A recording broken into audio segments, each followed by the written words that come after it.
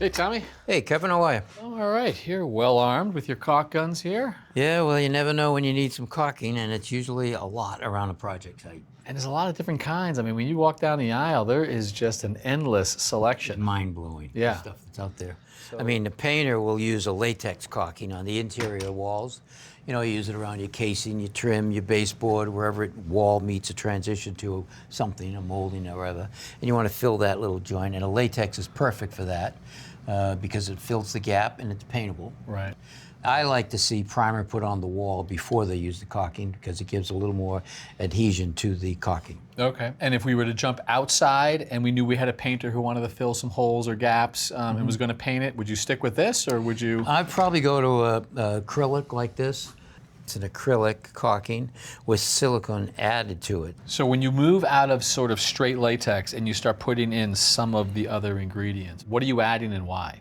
We are adding the adhesion capabilities. That's with you're getting out of some of the acrylics, but also with some of the silicone that's in it, you're getting some water protection that you wouldn't normally get. And the key is with these exterior caulking, there's a lot more expansion and contraction, so you want that caulking to flow and be able to go with the expansion and contraction. Okay. You mentioned silicone. You can actually have just straight silicone, right? Right, and I only like 100% silicone. It's pricey, comes in all different kinds of colors because it really can't paint it. Yeah. But this is great for like bathrooms where the shower's running on the wall, where it meets the tub. That joint needs to get filled with something that will stick well and be waterproof. You don't want the water to get in behind the wall. How about like metal? I'm thinking again outside, you're on your gutters and you want to make a connection between two pieces. Silicone or? This is what you want to use is basically a butyl. And it's used a lot in the commercial industry. It should be used more. We used it a lot when I was younger. And it's like a rubber sealant that stays soft for a long, long time. It can be messy. Yeah. All right, but it's fantastic. Let's say, for example, you have a tile floor and you might have a long joint in it, an expansion joint. Well, you don't want to grout it.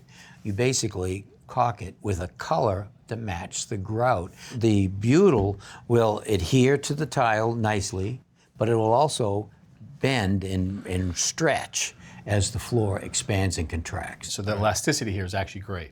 Right.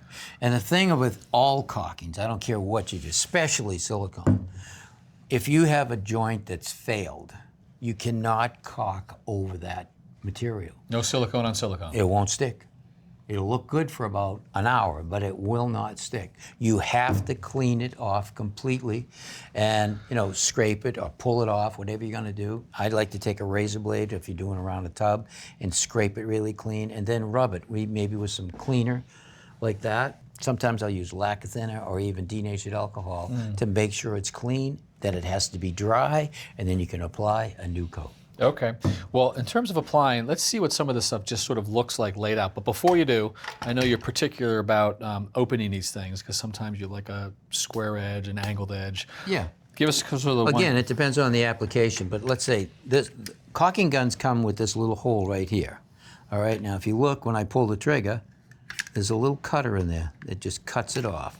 So that you put the tip of the caulking gun right in there and cut it, and that cuts the tip right off. Oh yeah, so it just actually took the rest of that off. Right, right. So now that's ready to go. All right, well let's lay some of this stuff down. I'll give you back the elastomeric sealant here, which is a latex. So some guys like to pull it, and some guys will push it. I'm gonna start it flow, and I'm gonna continue. And I can control the flow by lessening the pull on the trigger. And when you push it, it will push it into a crack. Let's have a look at a bead of silicone. So that's clear. And again, if I push it, I've known you for a long time, Pops, and you've always been a pull kind of guy. I always pull it, yeah. This is butyl, and it can be messy, so let's see. Well, you can see why it almost looks like an exterior product. Just Yeah. I mean, obviously is. Okay, so a lot of choices. Know what your project is and pick the right tube for the right project. And make sure you prep it right, just like anything you're doing, like painting, you want to prep it right. A little bit of primer on the interior before you use your latex will make the caulking stick to the wall and the trim better. Beautiful. Thanks for watching. This Old House has got a video for just about every home improvement project, so be sure to check out the others. And if you like what you see, click on the subscribe button to make sure that you get our newest videos right in your feed.